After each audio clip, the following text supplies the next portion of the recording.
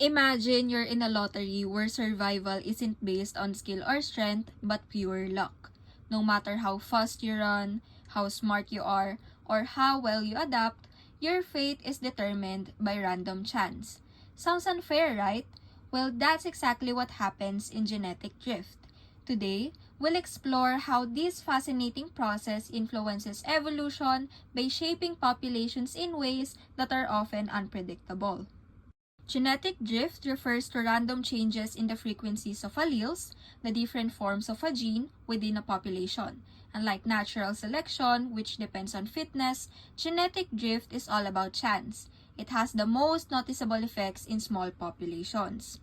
While both genetic drift and natural selection influence evolution, they operate differently. Genetic drift is entirely random, meaning allele frequencies change purely by chance. In contrast, natural selection is non-random, favoring alleles that improve an organism's fitness. Both mechanisms, however, play critical roles in shaping populations over time. There are two main types of genetic drift, the bottleneck effect and the founder effect. In the bottleneck effect, a sudden event, such as a natural disaster, drastically reduces a population size, leaving only a small random sample to repopulate. The survivor's gene pool may not represent the original population's genetic diversity, which can limit adaptability and increase the risk of genetic disorders.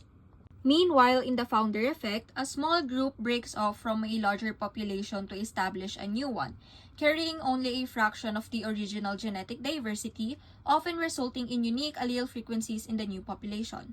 Let's look at some examples. Cheetahs have gone through multiple population bottlenecks where drastic reductions in their numbers, possibly due to climate changes or human activity, have led to extremely low genetic diversity.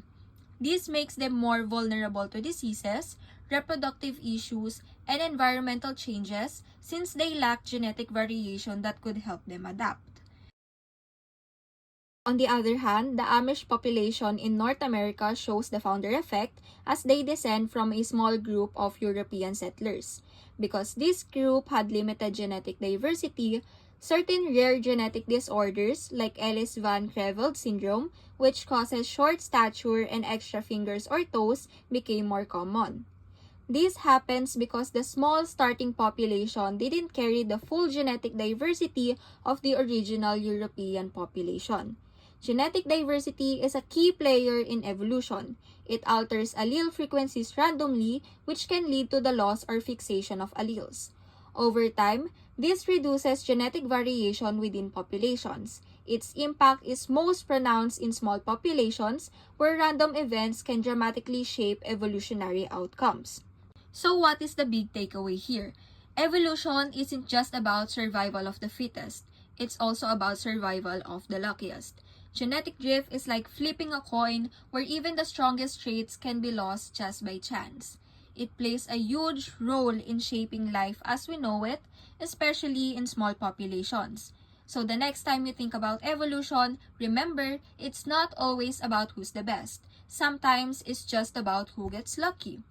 Hopefully, this micro-lecture has given you a new perspective on how chance plays a crucial role in evolution. Whether it's through a bottleneck event, a founder effect, or just random fluctuations in small populations, genetic drift reminds us that nature isn't always predictable. Science is full of surprises, and understanding these concepts helps us appreciate the complexity of life on Earth. If you found this interesting, I encourage you to explore more about evolution, genetics, and how randomness shapes the world around us. Thank you!